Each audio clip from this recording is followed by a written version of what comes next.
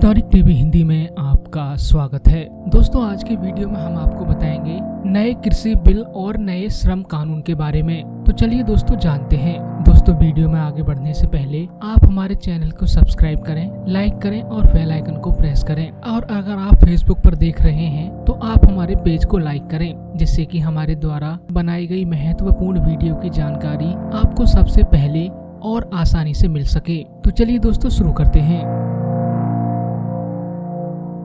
संसद ने कृषि क्षेत्र के उत्थान और किसानों की आय बढ़ाने के उद्देश्य से 2 विधेयक पारित कर दिए हैं। कृषि उपज व्यापार एवं वाणिज्य संवर्धन एवं सरलीकरण विधेयक 2020 और कृषक सशक्तिकरण व संरक्षण कीमत आश्वासन और कृषि सेवा पर करार विधेयक 2020 को पारित कर दिया है। यह विधेयक 5 जून 2020 को आए अध्यादेश को कानून में बदलने के लिए केंद्रीय कृषि एवं किसान कल्याण तथा ग्रामीण विकास एवं पंचायती राज मंत्री श्री नरेंद्र सिंह तोमर ने 14 सितंबर 2020 को लोकसभा में प्रस्तुत किया था। विधेयक के संबंध में बोलते हुए श्री नरेंद्र सिंह तोमर ने कहा कि प्रधानमंत्री श्री नरेंद्र मोदी के नेतृत्व में सरकार ने किसानों को उनके उत्पाद की बेहतर कीमत दिलाने और उनके अच्छे जीवन स्तर को उठाने के लिए पिछले 6 वर्षों में अनेक कदम उठाए हैं। उन्होंने आगे कहा कि अनाजों की खरीद न्यूनतम समर्थन मूल्य पर जारी रहेगी। इस संबंध में स्वयं प्रधानमंत्री ने आश्वस्त किया है।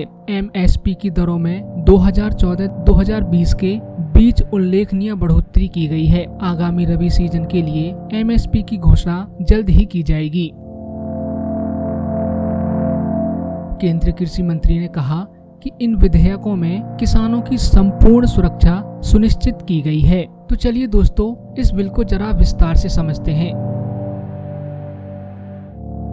सबसे पहले बात करते हैं इसके मुख्य प्रावधान की। किसानों को उनकी उपज के विक्रय की स्वतंत्रता प्रदान करते हुए ऐसी व्यवस्था का निर्माण करना जहां किसान एवं व्यापारी कृषि उपज मंडी के बाहर भी अन्य माध्यम से भी उत्पादों का सरलता पूर्वक व्यापार कर सके। यह विधेयक राज्यों की अधिसूची मंडियों के अतिरिक्त राज्य के भीतर एवं बाहर देश के किसी भी स्थान पर किसानों को अपनी उपज निर्बाध रूप से बेचने के लिए अवसर एवं व्यवस्था प्रदान करेगा। किसानों को अपने उत्पाद के लिए कोई उपकर नहीं देना होगा और उन्हें माल ढुलाई का खर्चा भी वहन नहीं करना होगा।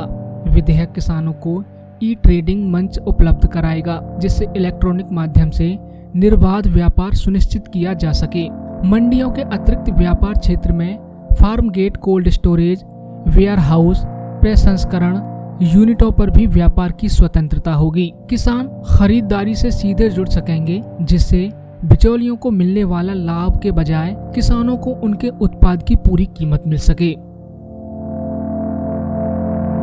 चलिए दोस्तों, उन शंकाओं पर भी नजर डाल लेते हैं जिनका विपक्ष विरोध कर रहा है। न्यूनतम समर्थन मूल्य पर अनाज की खरीद बंद हो जाएगी। कृषक कृषि उत्पाद यदि पंजीकरण बाजार समितियों एमपीएमसी मंडियों के बाहर बेचेंगे तो मंडियां समाप्त हो जाएंगी। ई नाम जैसे सरकारी ई ट्रेडिंग पोर्टल पर क्या होगा?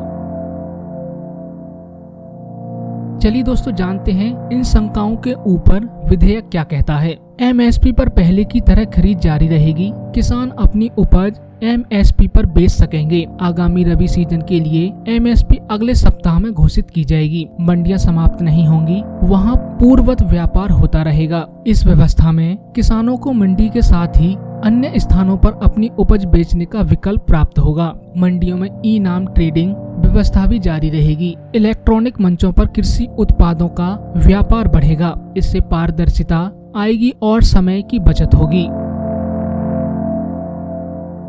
तो दोस्तों, अब आपने इस विधेयक को आसानी से समझ लिया होगा। अगर आपको इसके बारे में और भी कोई शंका है तो आप अपने प्रधान से और अपने विधायक या एमएलए से भी इसके बारे में संपूर्ण जानकारी ले सकते हैं। आप इसको कृषि मंत्रालय की ऑफिशियल वेबसाइट से भी डाउनलोड करके इस विधेयक की संपूर्ण जानकारी को पढ़ सकते हैं।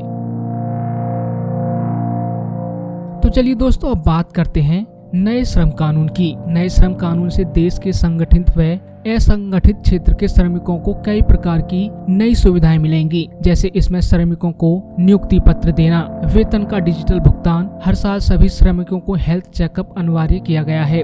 उद्यमियों के लिए भी इसमें कई प्रावधान लाए गए हैं ताकि उन्हें कारोबार करने में आसानी हो। श्रम मंत्री संतोष गंगवार ने दावा किया है कि 73 साल के इतिहास में पहली बार इस प्रकार से श्रम कानून में बदलाव किए गए हैं, जो नियोक्ता और श्रमिक दोनों के लिए फायदेमंद साबित होंगे। आइए जानते हैं नया श्रम कानून किस तरह से बदलेगा श्रमिकों और उद्यमियों की किस्मत। सरकार से मंजूरी लिए बिना ही कर्मचारियों की छटनी। इंडस्ट्रियल रिलेशन बिल 2020 पारित हो चुका है। अब जिन कंपनियों में कर्मचारियों की संख्या 300 से कम है, वे सरकार से मंजूरी लिए बिना ही कर्मचारियों की छटनी कर सकेंगी। अब तक ये प्रावधान सिर्फ उन्हीं कंपनियों के लिए था जिसमें 100 से कम कर्मचारी थे। छटनी या शटडाउन की मंजूरी उन्हीं संस्थानों को दी जाएगी जिनके कर्मचारियों की संख्या पिछले 12 महीने में हर रोज औसतन 300 से कम ही रही हो। सरकार अधिसूचना जारी कर इस न्यूनतम संख्या को बढ़ा भी सकती है। वहीं बिल के मुताबिक किसी भी संगठन में काम करने वाला कोई भी कामगार बिना 60 दिन पहले नोटिस दिए हड़ताल पर नहीं जा सकता। फिलहाल ये अवधि 6 हफ्ते की है।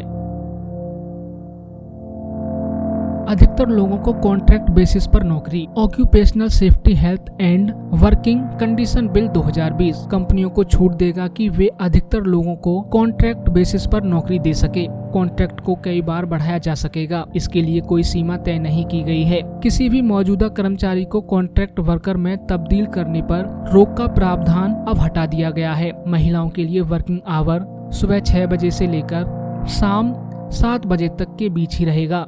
शाम 7 बजे के बाद अगर काम कराया जा रहा है तो सुरक्षा की जिम्मेदारी कंपनी की होगी।